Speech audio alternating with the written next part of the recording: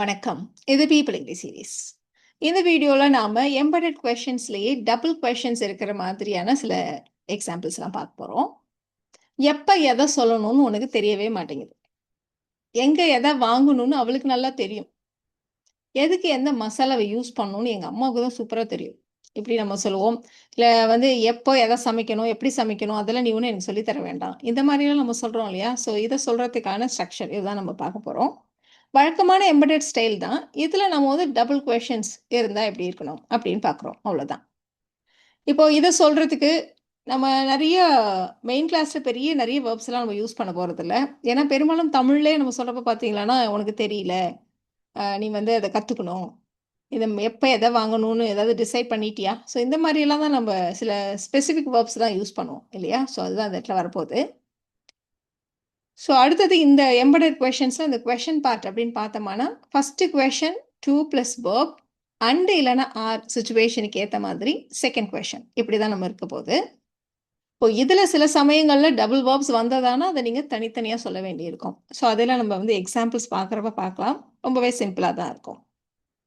இப்போ எக்ஸாம்பிளுக்கு எப்போ எதை சொல்லணும்னு உனக்கு தெரியல, இல்லை எப்போ எதை சொல்லணும்னு உனக்கு தெரியவே மாட்டேங்குது, இந்த மாதிரி நம்ம சொல்லணும். மெயின் கிளாஸ் என்னது? உனக்கு தெரியல, அதுதான். அப்போ யூ டோன்ட் நோ. எப்போ சொல்லணும், எதை சொல்லணும். ஸோ ரெண்டுமே ஒரே வேர்ப் தான். ஸோ அதனால ஒரு தடவை வேர்பை ஃபஸ்ட்டு கொஷனோட சேர்த்து சொன்னால் போதும். அண்ட் செகண்ட் கொஷன், அவ்வளோதான்.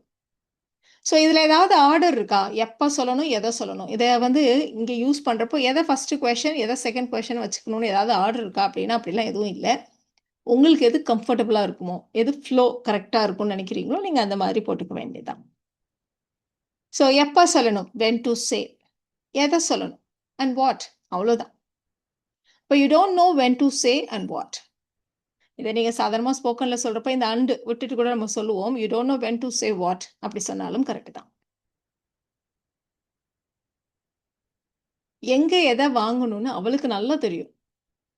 நீங்கள் போய் இதை வாங்கு, அங்கே போய் அதை வாங்கு அப்படின்னு நம்ம யாராவது டீச் பண்ணுறப்போ அதெல்லாம் அவளுக்கு தெரியும். எங்கே எதை வாங்கணும்னு அவளுக்கு நல்லா தெரியும் அப்படி நம்ம சொல்லுவோம் இல்லையா? ஸோ அதுதான். அப்போ அவளுக்கு நன்றாக தெரியும். ஷி நோஸ் வெரி வெல், இல்லைனா ஷி நோஸ் எக்ஸாக்ட்லி, எப்படி வேணால் சொல்லலாம்.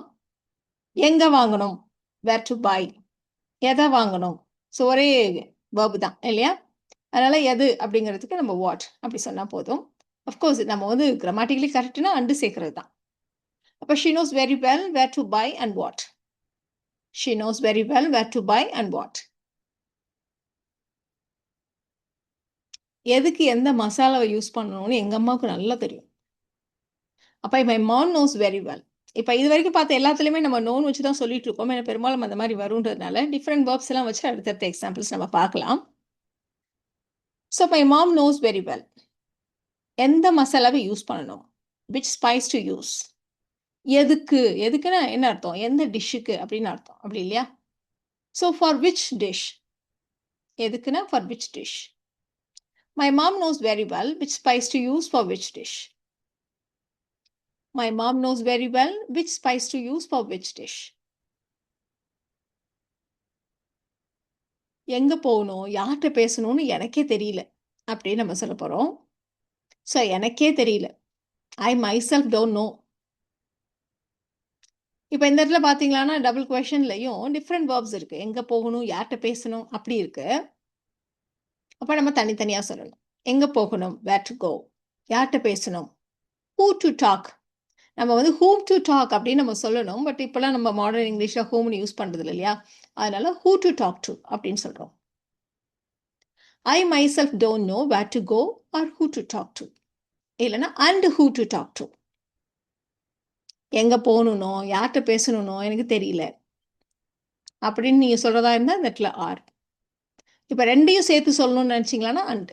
ஸோ இது சுச்சுவேஷனுக்கு ஏற்ற மாதிரி தான். I myself don't know where to go and who to talk to. எப்போ எதுக்கு முன்னுரிமை கொடுக்கணும் அப்படிங்கிறத நீ முதல்ல கற்றுக்கணும். அப்போனா யூ நீட் டு லேர்ன், இல்லைன்னா you should learn. What to prioritise, எதுக்கு முன்னுரிமை கொடுக்கணும், வாட் டு ப்ரையாரிட்டைஸ், எப்போ and when. You need to learn what to prioritise and when. அடுத்தடுத்து வர்ற எக்ஸாம்பிள்ஸை நீங்களே கூட ட்ரை பண்ணலாம். ரொம்ப சிம்பிள் தான் இல்லையா? எதை எப்படி சமைக்கணும்னு நீ எனக்கு சொல்லித்தர வேண்டாம். இப்போ வீட்டில் யாராவது வந்து இதை செய்யி, இதை இப்படி செய்யி அப்படிலாம் நமக்கு சொல்லித்தர ட்ரை பண்ணாங்கன்னா, பார் எதை செய்யணும் எப்படி செய்யணும்லாம் நீ எனக்கு சொல்லித்தர வேண்டாம் அப்படி சொல்லுவோம் இல்லையா? ஸோ அதுதான் நம்ம சொல்ல போகிறோம். ஸோ ஒவ்வொன்றையும் இதை இப்படி செய் அப்படின்னு நம்ம சொல்லலை. இதை செய்ய இல்லை அதை அப்படி செய்ய அப்படின்னு 2 விதமான விஷயங்கள். அதனால தான் இந்த இடத்துல ஆர்னு வச்சு சொல்கிறோம் நம்ம. So don't teach me what to cook, என்ன சமைக்கணும், வாட் டு குக் எப்படி சமைக்கணும், ஆர் ஹவு.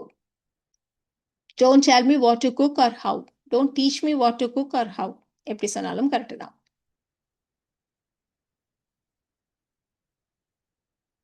எதை சரி பண்ணணும், எங்கே பார்ட்ஸ் வாங்கணும், இதெல்லாம் எங்கள் அப்பாவுக்கு நல்லா தெரியும். ஒரு பைக் ஏதோ ஒன்று சரி பண்ணுறோம், யாராவது ஒருத்தவங்க ஐடியா கொடுக்குறாங்க, அட்வைஸ் பண்ணுறாங்க அப்படின்னா அதெல்லாம் எங்கள் அப்பா பார்த்துப்பாரு. அவருக்கு நல்லா தெரியும் எதை ஃபிக்ஸ் பண்ணணும், எங்கே பார்ட்ஸ் வாங்கணும், இதெல்லாம் அவருக்கு நல்லா தெரியும்.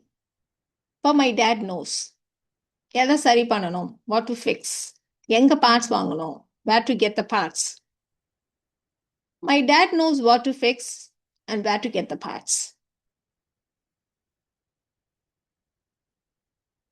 எங்கே எப்படி முதலீடு பண்ணணும் அப்படின்னு ஏதாவது முடிவு பண்ணிட்டியா அப்படின்னு நம்ம கேட்கணும். கொஸ்டனாக கேட்க போகிறோம். இப்போ முடிவு பண்ணிட்டியா? Have you decided? எங்கே முதலீடு பண்ணணும், வேர் டு இன்வெஸ்ட், எப்படி பண்ணணும் அண்ட் ஹவு. இல்லை எவ்வளோ பண்ணணும் அப்படி நீங்கள் ஏதாவது சொல்கிறதா இருந்தால் அண்ட் ஹவு மச் அப்படி கூட நம்ம சொல்லலாம். ஸோ அது வந்து சுச்சுவேஷனுக்கு ஏற்ற மாதிரி நீங்கள் என்ன சொல்லணும்னு நினைக்கிறீங்களோ அதுக்கு ஏற்ற மாதிரி. ஹாவ் யூ டிசைடட், அதே மாதிரி ஹாவ் யூ ஃபிகர்ட் அவுட் அது கூட நம்ம சொல்லலாம். இன்னுமே common ஸ்போக்கன்ல have you figured out where to invest and how? யார் என்ன சொல்லுவாங்கன்னு நான் பயந்துட்டே இருக்க முடியாது. இது ரொம்ப காமனான டயலாக். எதுக்காக இந்த எக்ஸாம்பிளை ஸ்பெசிஃபிக்காக எடுத்துட்டோம் அப்படின்னா, யார் சொல்லுவாங்க, என்ன சொல்லுவாங்க அப்படின்னா அது நம்ம தமிழ் மாதிரி இங்கிலீஷ் அப்படியே டிரான்ஸ்லேட் பண்ணக்கூடாது. இதை காமனாக இங்கிலீஷில் எப்படி சொல்லுவாங்கன்னா, எல்லாரும் என்ன சொல்லுவாங்கன்னு நான் பயந்துட்டே இருக்க முடியாது. அப்படி தான் அது இங்கிலீஷில் சொல்ல முடியும். ஸோ நான் பயந்துக்கிட்டே இருக்க முடியாது. அதுக்கு தான் நம்ம கீப் வச்சு சொல்லுவோம் இல்லையா? ஸோ அதனால ஐ Gantt keep worrying about. I can't keep worrying about what people will say. மற்றவங்க என்ன சொல்லுவாங்க நான் பயந்துட்டே இருக்க முடியாது. அப்படிதான் இந்த இங்கிலீஷில் சொல்லுவாங்க ஜென்ரலா. ஸோ அதனால இதை நம்ம எப்படி சொல்ல போறோம்னா ஐ Gantt keep worrying about what people will say அப்படி சொன்னால் போதுமானது. இப்போ இந்த 2 சென்டென்சஸை நீங்கள் ட்ரை பண்ணுங்க. எப்போ கிளம்பணும், எங்கே போகணும்னு அவளுக்கு தெரியும். எதை கேட்கணும், யார்கிட்ட கேட்கணும்னு அவளுக்கு தெரியும். இதுதான் நீங்கள் ட்ரை பண்ண வேண்டிய 2 சென்டென்சஸ். ட்ரை பண்ணி பாருங்க. உங்களுக்கான ஆன்சர்ஸை அடுத்த ஸ்லைட்லேயே நீங்கள் செக் பண்ணிக்கலாம். உங்களுக்கான ஆன்சர்ஸ் பார்த்துடலாமா? ஸோ இதில் பார்த்தீங்கன்னா 2 டிஃப்ரெண்ட் வேர்ப்ஸ் இருக்குது. எப்போ கிளம்பணும், எங்கே போகணும், அந்த மாதிரி 2 டிஃப்ரெண்ட் வேர்ப்ஸ் இருக்குது. இதில் வந்து ஒரே வேர்ப் தான். ஸோ அவளுக்கு தெரியும், ஷி நோஸ். எப்போ கிளம்பணும், when to leave. எங்கே போகணும், where to go. She knows when to leave and where to go. She knows what to ask. எதை கேட்கணும், யார்கிட்ட கேட்கணும். யாரிடம் அப்படிங்கிறப்பவே whom வருது. அதை நம்ம யாரிடம் அப்படிங்கிறப்போ ஃப்ரம் வச்சு who and from அந்த காம்பினேஷன் யூஸ் பண்ணணும். அப்போ she knows what to ask and who to ask from. So இந்த வீடியோவில் நாம் எம்பெடட் கொஷின்ஸில் டபுள் கொஷின்ஸ் வரப்போ அதை எப்படி ஃப்ரேம் பண்ணணும் அப்படின்னு தெரிஞ்சுக்கிட்டோம். இந்த வீடியோ உங்களுக்கு யூஸ்ஃபுல்லாக இருக்கும்னு நினைக்கிறேன். Thank you so much.